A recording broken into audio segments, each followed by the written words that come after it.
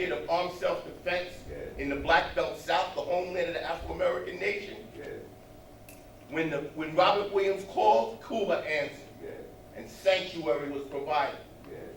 When Asada needed a safe haven from the imperialist government, Cuba answered. When Cuba calls, POP will answer.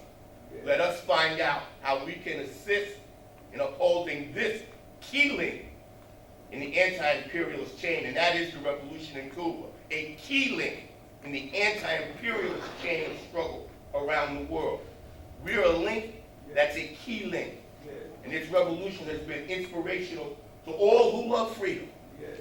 To all who love freedom, the valiant struggle of the Cuban people 90 miles away from the imperialist beast has inspired us to fight on. And to prove that a small country can defeat a big, can withstand and resist, that a poor country can resist the rich. And it's been a model for all of us. When I went through those October dates and talked about the successful independence of those African countries, largely with the assistance of the Cuban Revolution. That's right. That's right. 17 liberation. Let's hear about the current situation, find out what role we can play in supporting Cuba, because when we support Cuba, we support ourselves and all anti-imperialism.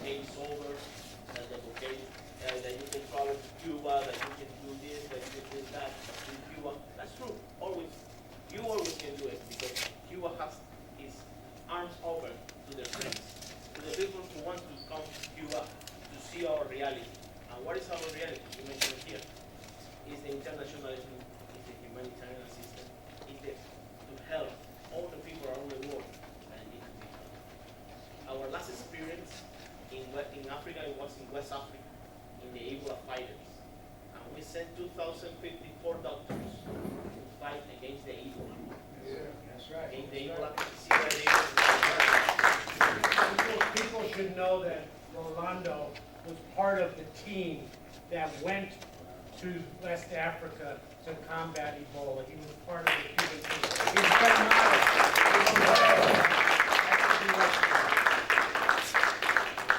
And that was our last experience in West Africa, and we hope it's not the last, because we are always there.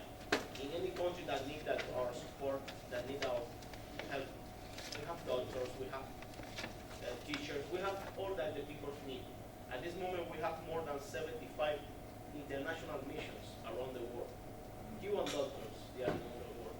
And we try to transmit to the people of those countries the humanism and the solidarity with not only with Cuba, with all the necessities in the world. Okay, here, most of the people say that the blockade is over, but the blockade is still there. When President Trump took the power in this year, the very beginning of this year, 2017,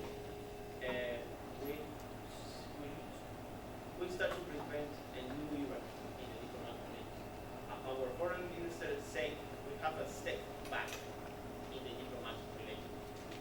And I was mentioning in all the campaigns that you can see related with the Cuba process.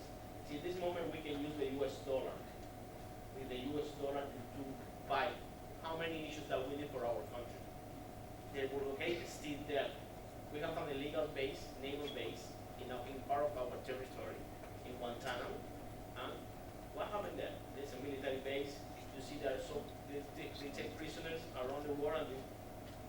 really there. So that's also illegal. How we suffer the blockade? I'm young. I only have 36 years, but I grew up with the blockade. I grew up with the necessity that we need to buy medicines. We need to buy medicine in China. We need to buy medicines in Australia. We need to buy medicine in all countries. Less than that. And we only have 9 miles from the United States. Also, not for us, also for you. If you need medicines, if you need healthy food, if you need something, you can make deals with Cuba. We have the Everprop B, we have the lung cancer vaccine. So we have so many issues that you can use here and we can give to the United States citizens for free.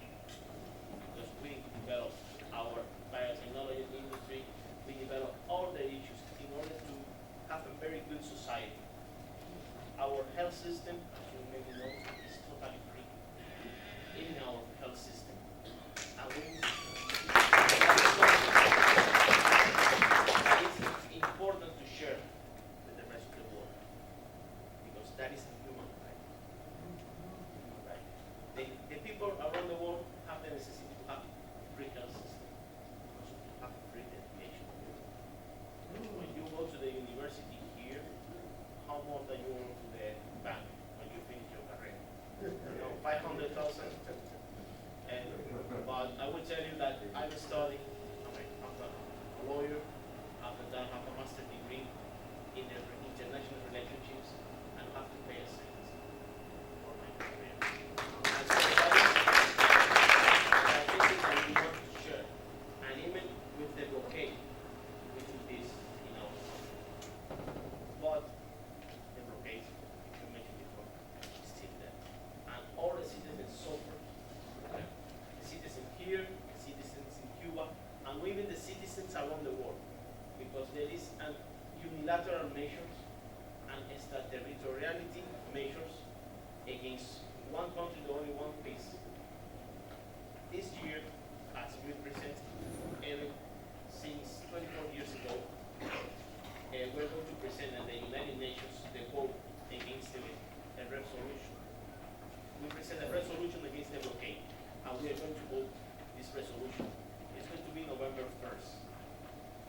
November 1st, we'll be, I think, some flyers for that. And for us, it's really important to have your support. We would like to invite you to come to the United Nations this year. I mean, Ivo is a very good friend for us. And he also participates in our meetings. We would like to invite the people who can come to the United Nations. And after that, come into in front of the nations to work against the blockade. But it's not only to say this day the blockade is there. We also need that in the social, in the medias, Twitter, Facebook, and even the young people there. And we have to deal with it, with that, to announce that the blockade is still there. I don't know if you have the percentage. That now is the film festival in Sochi, in Russia, and they are the youth delegation from many countries. They have to decide to make an audition with Fidel Castro. It's the first point that year. The men who teach not only for the Cubans, who teach all the humanity that a better world is can be known. As you mentioned, the Che, how the people in Cuba and the kids in Cuba say when we say hello to them, to our flag, or to our members in the school. How the people the kids have to say we want to be like the Che. Because yes, that's our kids in the school. Because the Che, Fidel, Martin, they are the spirit, they are the symbol of humanism. And the symbol as the America and the world can be one. And that is the most important. It's the most important. We don't need social levels. Because we are human beings. It's different. It's totally different. And we are not a perfect country.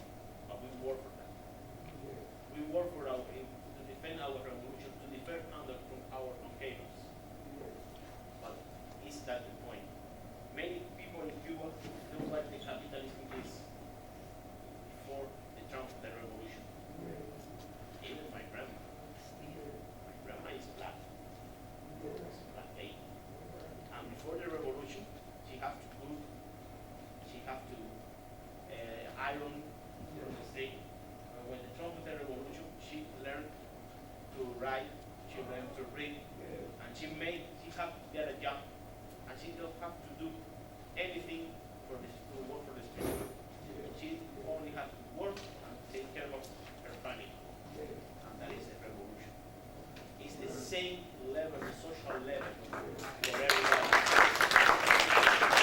And that is the importance that we are going to vote the November 1st, because imagine what Cuba can do for the rest of the world if the blockade doesn't exist. What we can do. What we can do if we can use the US dollar, and we can make international transactions to buy medicines, to buy so many issues. Because we were talking about for our experience in West Africa, but we suffer in West Africa the blockade. Because when the Cuban doctors arrive to the countries who send to those countries who have troops, who have military positions for the US and other countries, they say, okay, what do you bring doctors? I would say, well, doctors, they need doctors. They don't need troops. They don't need guns. Right. Okay? We need that. It's different. It's different because you're going to serve. You're going to help those people. And it's different. And when you touch the patient, when you touch the people who unfortunately is dying for this sickness, and they say, whoa, who is this man who is touched me? When I die with it, I'm really contagious. And they feel grateful. And we say like, we don't have money to pay. We have our heart to share with the rest of the people. And that is something that we're going to vote again this year at the United Nations. I would like to, we would like to come with your support that day. With your support, with your participation, you can go to the United Nations. And believe me, it's a real honor to be here. I will, well, I'm excited. You know, I'm working with the Solidarity Movement in New York, New Jersey, but unfortunately, in this moment, I was in contact with Brooklyn, with Bronx, with Harlem, but now I know that I have a place here. Yeah. Please, you can come with us. Whatever you need, and I can come here. I can update when you need in the meetings. We can discuss. Please take us like one of you. It's a pleasure. Thank you. Thank you very much.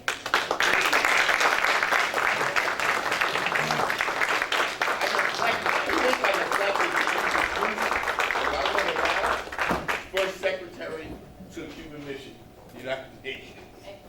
And please, we'll have a few moments for questions and answers. Just before we get into the Q&A, I just wanted some of the details. My name is Ike Naham. I work with the Solidarity organizations in New York and New Jersey with Amanifu, who's usually your wonderful representative that comes to New York for the meetings and brings the word back. And we've always been able to count on POP as being a key part of the Solidarity forces, and I just want to thank you also for the work that you've done.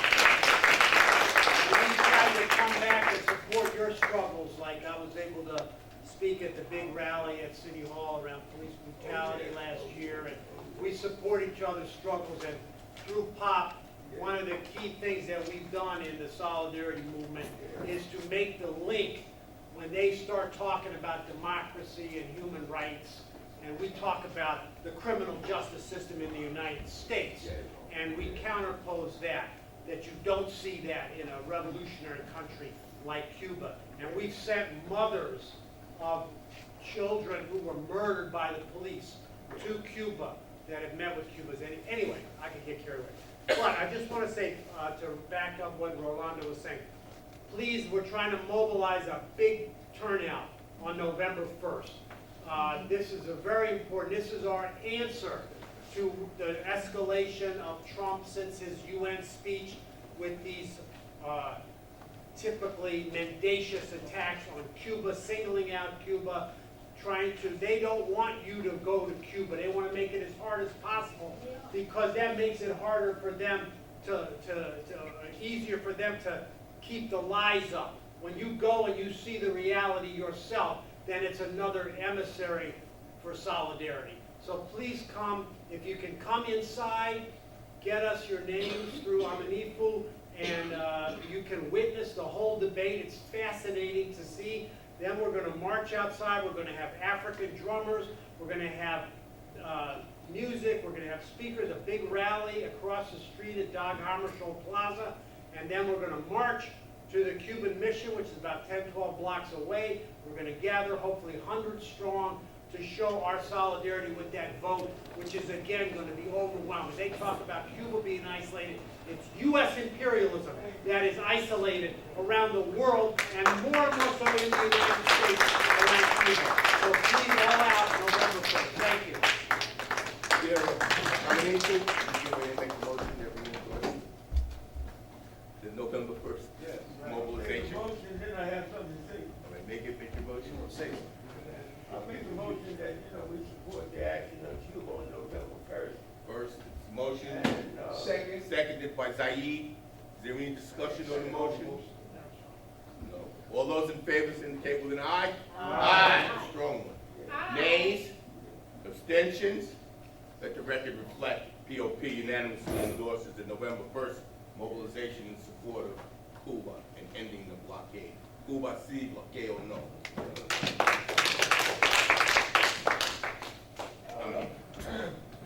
I just wanted to add and emphasize that there's going to be 3 actions that day. Inside of the UN, any of y'all can get there early enough to sit in on this session inside of the United Nations with the debate.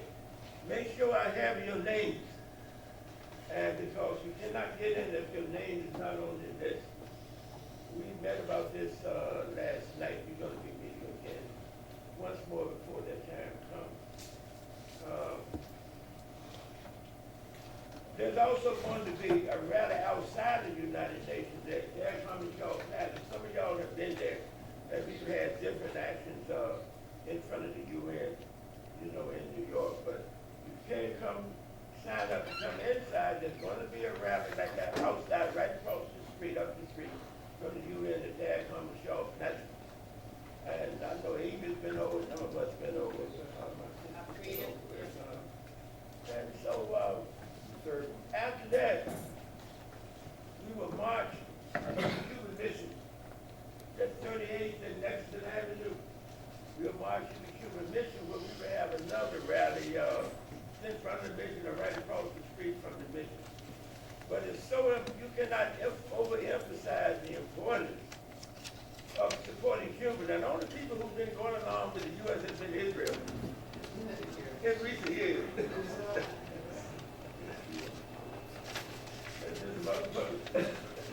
But anyway, Israel was about the only one last year who went with the U.S.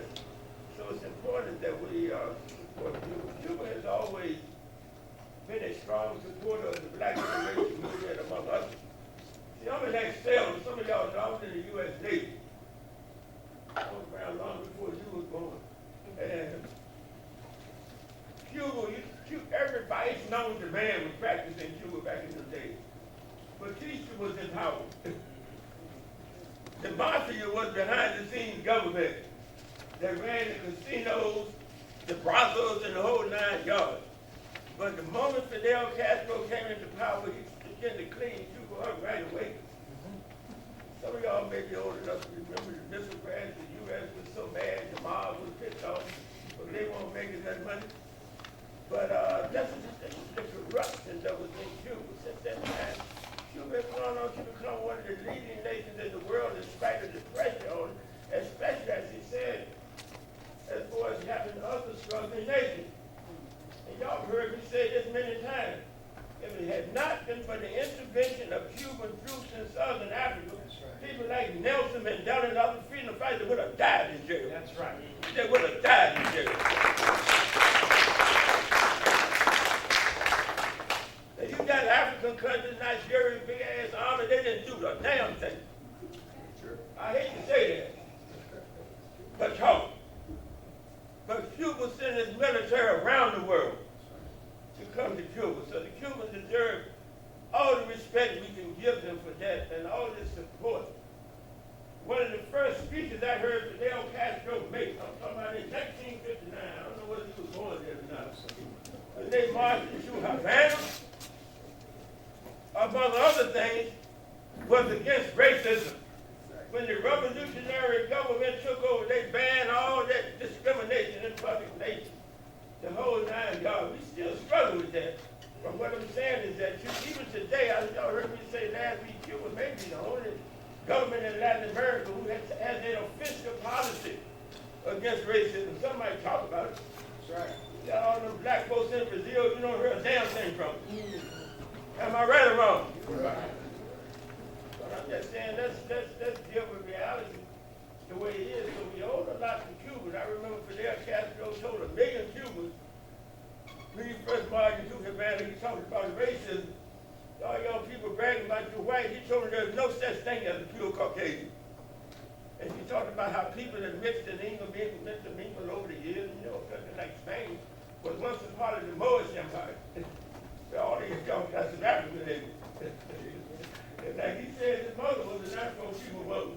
But I'm just saying that's the way it is. But Fidel was the first to really take a stand against that, and the Cubans have been moving forward ever since. So I said, just give them another hand. Who's talking about the brother participating in some or all of the activities?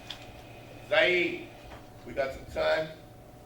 We got to do better than that. There needs to be a pop representation in that mobilization. I said I could be outside, but I'll be there. But whoever can come, you can let me know later. We'll be here next week. Okay. But even if you can come to the rally outside, if you're not able to come in, it'll be good. And then and march for the student mission. Are you doing a caravan? No. Marching.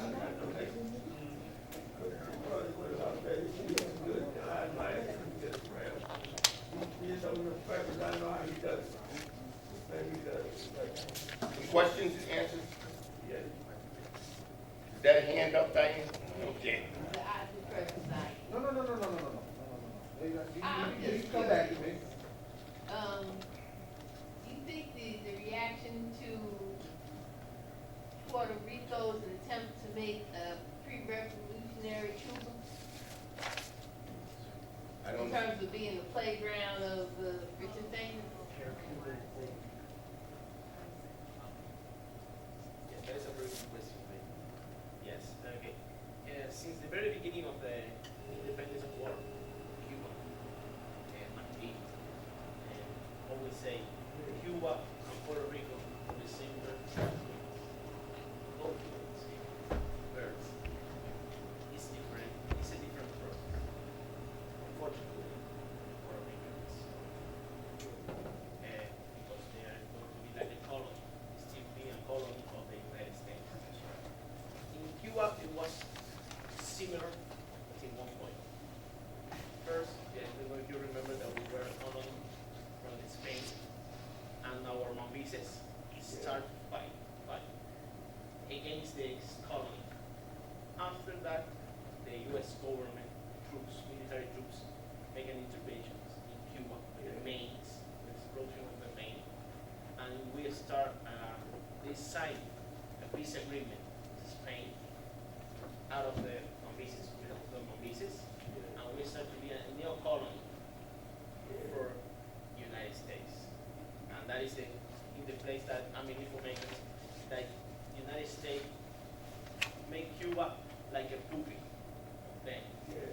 casino, Yeah, the mob was there, yeah. prostitution, drugs. Big time. Yeah, there is the racism, everything was in Cuba.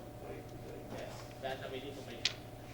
But then, and then the youth movement in Cuba, we renew it, we restart our independence fight. And we get our independence with the Trumpet Revolution in 1959. Till this moment, our commander-in-chief, Fidel Castro, and the rest of the people and the Cuban people, we defend our locations. We don't want to return to be a colony. We don't want to return to be a colony.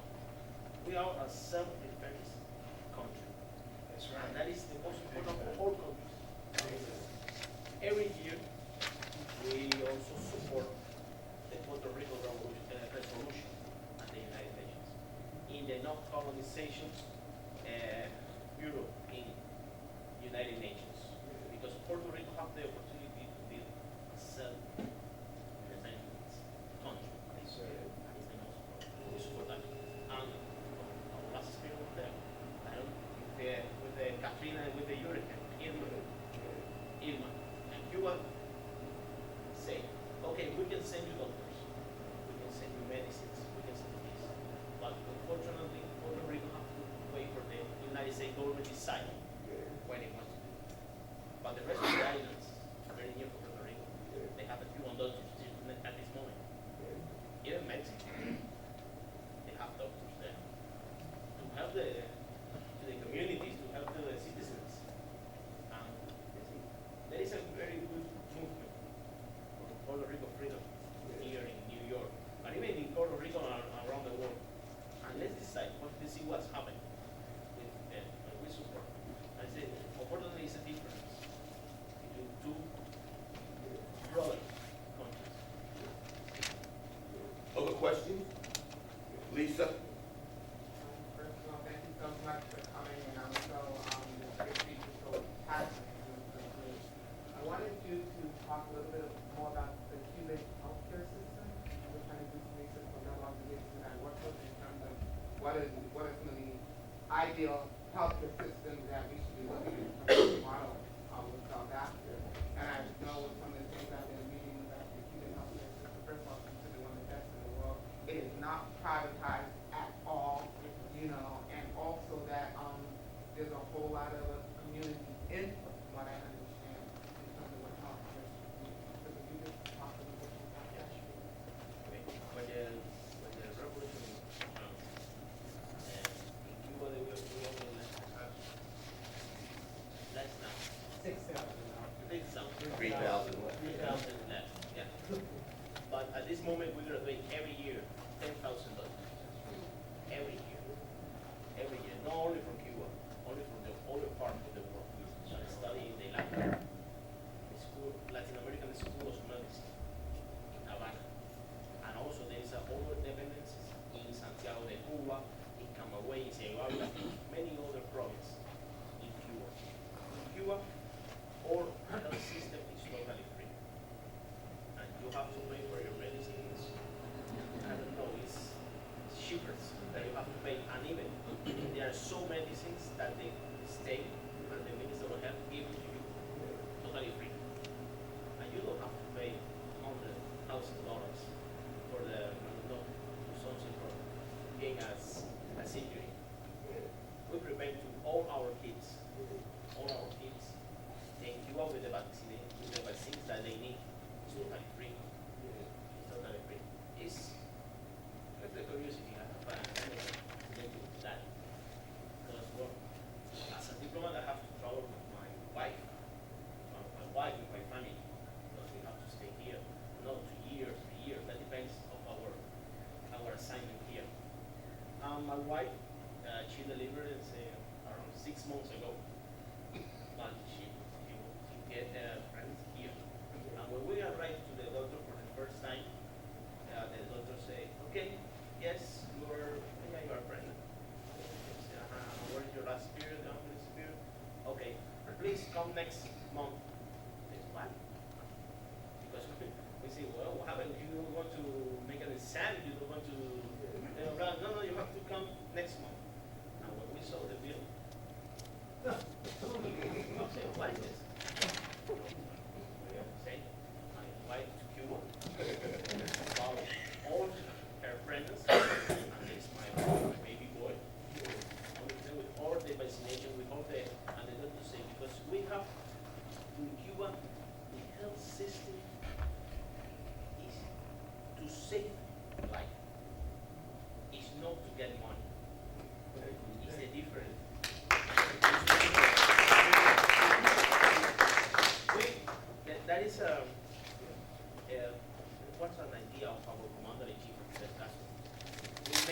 we make the doctors in the community. We have community doctors. Even we have hundreds of hospitals, hundreds of clinics, hundreds of, but we have thousands of community doctors. Because the opportunity that you can have a doctor for 200, 300 people is better than you have a hospital for 10,000 citizens of one hospital. Because the doctor can see you at your home, they see your see your face, they take the blood pressure, they see how do you feel today, because they are old people. And then maybe they can go to the hospital. But they don't feel well, they don't have to, so the doctor can go there. That is totally free. You don't have to pay for it. It's safe. Not only is it free, apparently it's terrible. When you look at the statistics of infant mortality, Yep. longevity, that the Cubans have moving ahead leaps and bounds. We were the first country in the world to declare the no infection for syphilis and HIV to mother to child. The first country in the world. I was also heard that you have, your system is based on prevention. Yes. That's it. Because that is the medicine. The medicine is to prevent. Because if I give you all that you need, that you feel well, that you don't have to go to the hospital, it's the prevention. You don't have to feel, you don't feel bad. Because even if you feel bad, you have experience here. You have to do this. You have to do on a sonogram. You have to be you have to make this. How much is the bill? The first contact is that our doctors, when they see you, they touch you and they say, "How do you feel?" Because it's part of you. And then what's the experience in Africa, in West Africa? Our doctors. You know, when the Cuban doctors arrive in West Africa, everybody, they don't touch the patients. They say, "Please open your mouth." They take the medicine and say, "Oh, bro." And after that, water. Imagine a sick man who's vomiting, have diarrhea, he feels really, really bad. He don't use that. And when our doctors came, they take the IV, say, "Please, this is the way that we can say that." And everybody say, "You are crazy. You can judge. You can say, why not that?" We come here to say that. And that is the principle that we learned with the revolution. And the principle of our system. Our doctors, our dentists, our nurses. That's the principle. No, we have to. John? Do you see any change with the transition of leadership from the Castro?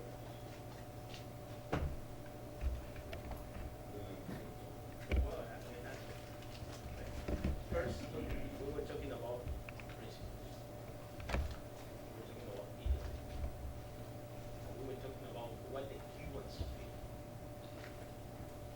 When the commander-in-chief, Fidel Castro, unfortunately, had to pass the presidency of all, he was sick. Our general, Raúl Castro, all the medias around the world say, now is the moment in Cuba, now they are going to go to the bottom. You have to ask to the Cuban people, what do we want? If we want to see the capitalism, we are not the perfect society. Maybe we don't have to internet, we don't have Coca-Cola, we have to cola, but we have to cola, and we have a newspaper, so it don't say 3 murders, 1 divorce, and you can get job. We have a newspaper to see our country is moving this way. We are going to help the people in this way, and that is that the Cuban people want. Now, it's true, President Raúl announced that he's going to finish in the president in 2018. But we just started a new electoral process. We don't have a political party. Yet we have one party, Partido Comunista.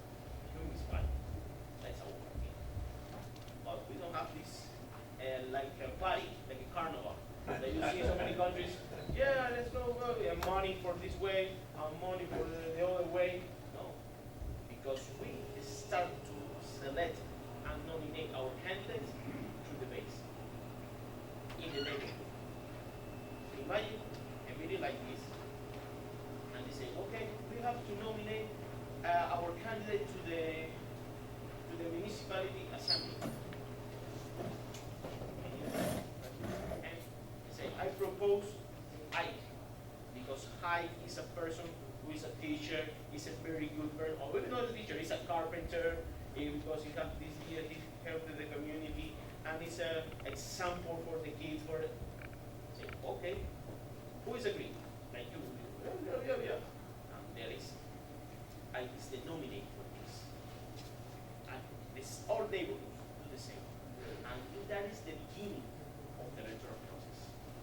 Now we move forward, the municipality, the province, and to the National Assembly. And the National Assembly, the same people that you vote from the very beginning, is the person who be there. And is the person who's led there. The president is the person who grew up with the principle of the principle of the revolution and the principle of the people. Because we are a country, get our independence fighting for them. Yes, sir. That's right. It's different from other process. How many deaths, many lives to get out with the benefit? The people say so many times, okay, we hope that now that you are open to the foreign investment, that you can say, no, Cuba, you don't want to be Cuba like Puerto Rico, you don't want to be Cuba like Mexico, like some other countries like Jamaica. Okay? No. First, we don't sell any part of our item. It's open for the government. It's for our citizens. You can make you can build a hotel, but when you have to get job in a hotel, they don't treat you once. If you want to be, you have to save the environment. You have to prevent, and you have to accept all the measures that we took in our country to prevent everything. And you don't have to one for the only hotel. You have 51, you have 51, and you have 49, 48, and when we pay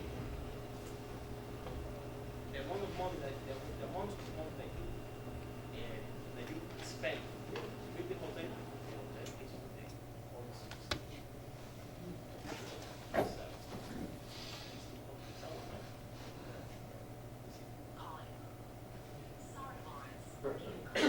all Comrade, I had the, when I visited Cuba, I had the opportunity to go to the island of youth. Yes, sir. And it was a phenomenal experience. And so I'm just curious, this was many years ago when I was there, I'm just curious, over 60 countries that sent children there before. I'm just curious how many countries still send their children to the island of youth today, and how the mission and the purpose of it is to train those children to go back to their country and to go into leadership. Right. How many countries participate in the assembly of the Isle of Youth now as they did there? Every year we receive a lot of young people. Not only the Isle of Youth, the whole world. Every year from here, United States, they travel to Cuba, the best ceremony of the game. Yeah, you know, Anniversary, that's right. it's a, we have now the 50th anniversary. It's very near. The best ceremony of the game. Pastor for Peace. The May Day Brigade. Now,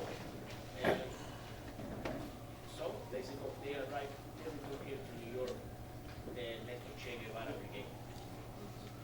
Where, how many? I think almost over 100 people. 100 people. From the But United not States from alone. the United States, but divided for the rest of the world. Yeah. Every year we receive a lot of people.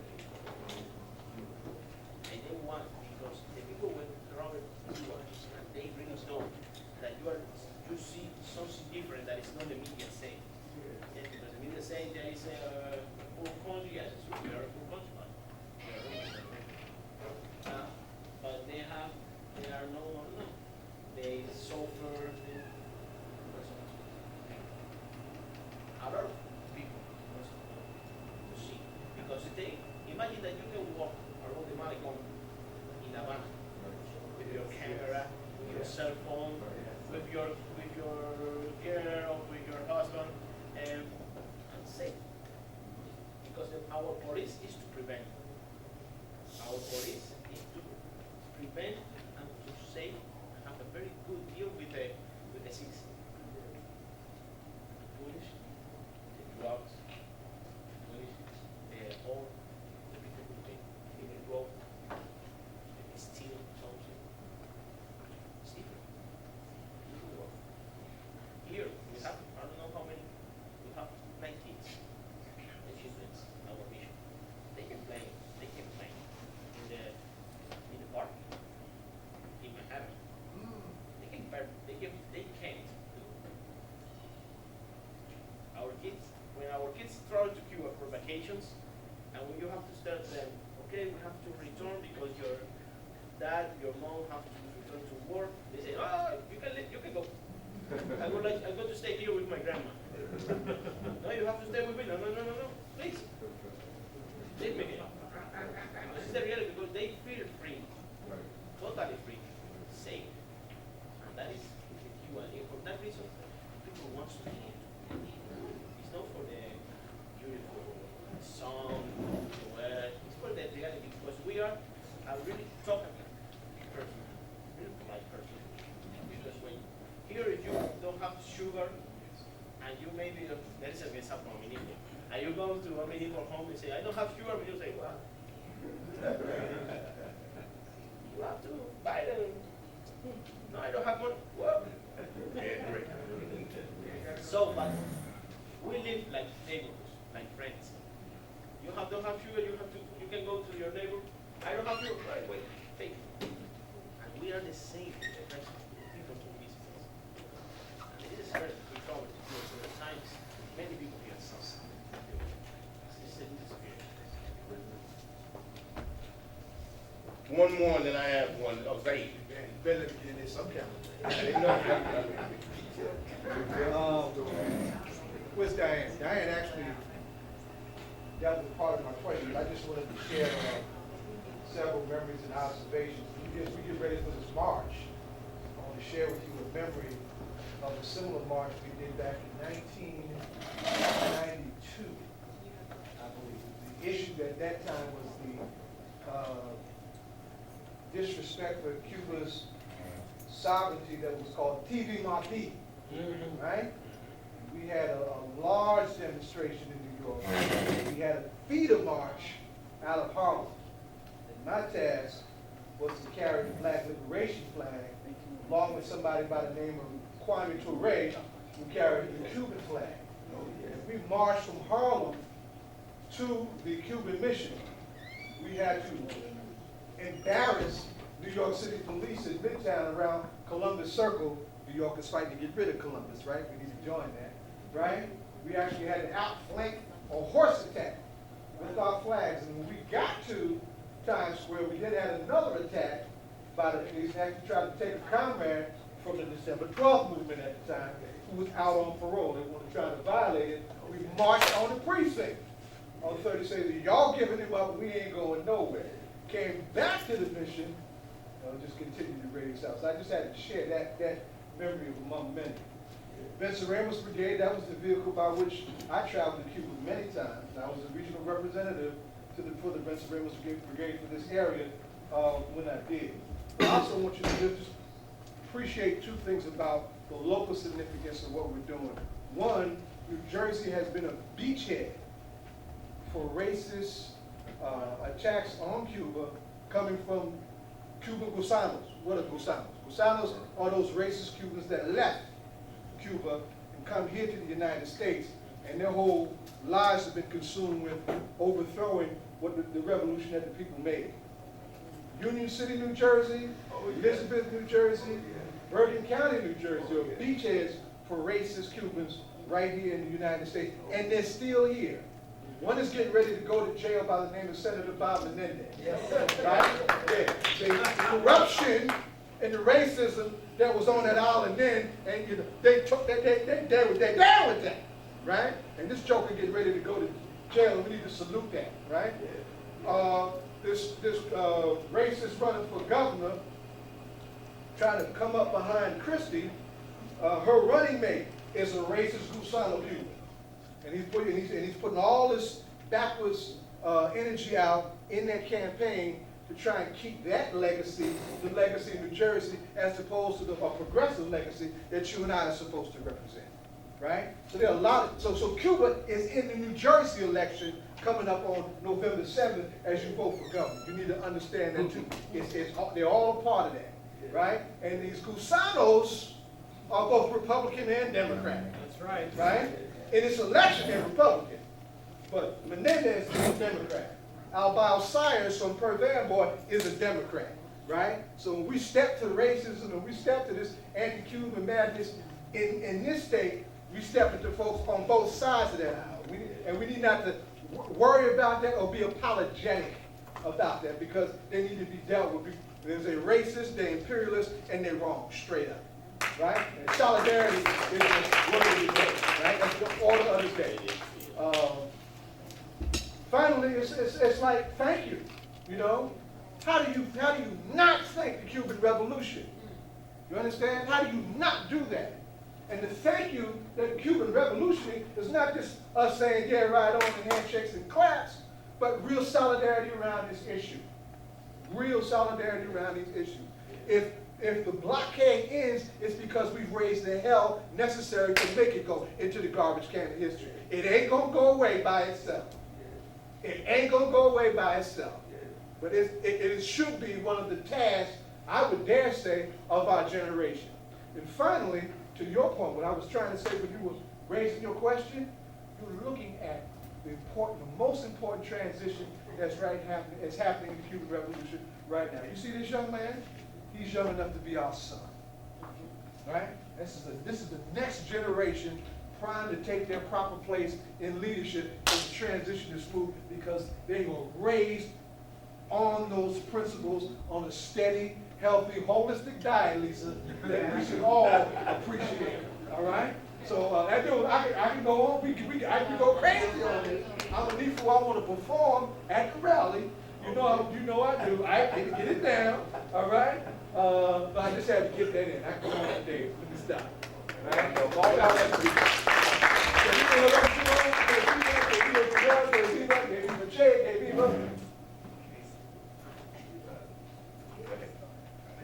Just listening to Zaid, as Fidel said, the battle of ideas is what's most important in this world. And what Cuba is a country, people forget this because of the giant role they play in the world. It's a country of less than 12 million people. And look at that example. Nobody, like was said by Amanifu, what they did, if you read a book, read Piero Glejeses, Visions of Freedom, about he got the Cuban and the CIA, all the archives, Visions of Freedom. He documented, he shows how the Cubans, they stripped their own defenses naked. The Battle of Quito Cunaval, that's right, the decisive battle. That really was because of the defeat, because the Soviets and the Angolans didn't listen to the advice of the Cubans and did some crazy shit, and they ended up on the verge of defeat. That's right. The South Africans were about to take over and win, and they had this anti-aircraft, they had the air superior. Fidel, they had a meeting, they said, he documents all this, they said, we have to do this. They got every boat they could get. They shipped people, they stripped their own defenses bare because they knew that if South Africa won, it would be decades. It would be like when Hitler took power, or when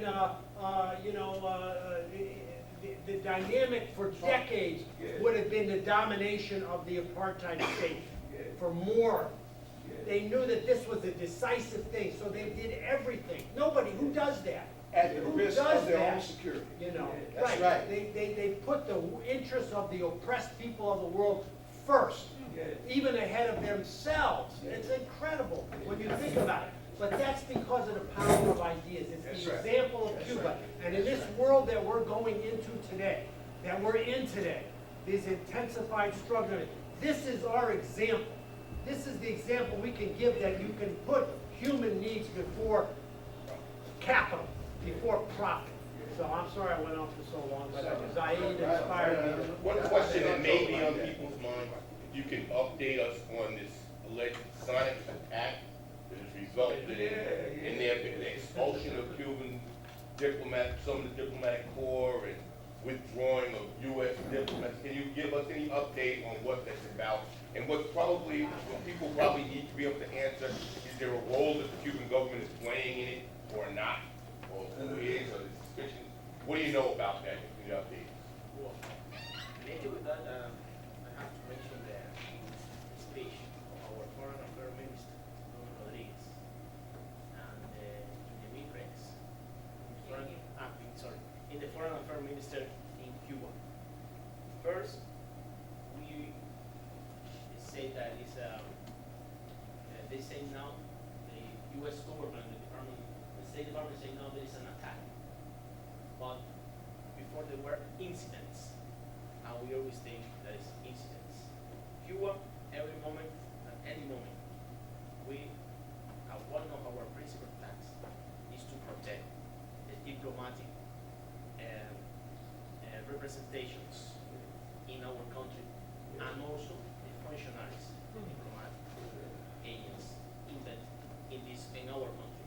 As we do it the same with our tourism, with our citizens, and we permit to the United States authorities to travel to Cuba in coordinated way, make all the investigations into what happened. To this moment, we don't have any result. So the U.S. government don't give it to us any of the result that they make in this situation. Even we don't have the access. Our doctors doesn't have access to the files of the sick people that they make us. What they do, they have an unilateral decision, and they try to politicize this decision. First, they reduce 60% the personnel in the United States Embassy in Cuba, and 2 weeks later, they give us that we have to move from Washington 15 of our diplomats there, in our consulate and our embassy. We do it, but we still open to this investigation because we have to, it's our principle, to say that this is Cuba is a safe country, that we prevent everything. And we don't need to do something against diplomats or to permit to other countries do it. It's that we have. I don't know if you are maybe related with the news of because they say the airlines to travel to Cuba that is is not safe country, that is not property to travel there. But the people wants to go there. Because they feel different, they say. And that is what we have in this moment. We still open for the investigation with the U.S. authorities. And also, we are investigating what is happening. But if we don't have club, if they don't give us the clues that we need, we see it. Well, it's the principle of the cooperations. Sure. A few things we should be real mindful of. How would it be in the interest of Cuba to attack U.S. diplomats on Cuban soil? How would it be in the interest? What would it be in the interest if you want to undermine travel to Cuba to create the aura that it's unsafe, that there's spooky instruments being used, sonic weapons? Who's advanced those kinds of technology but the U.S. of A? Who has flown false flag operations? We talk about the Cuban experience. The U.S. Maine sunk in Havana Harbor came out was sunk by the United States. Sunk its own ship in order to justify occupying the island and to take the advantage war against Spain. That the U.S. has a history of false flag operations, and the sonic attack alleged sounds like that. Can we give Comrade Rolando a big stop? Thank you. Extend the invitation of the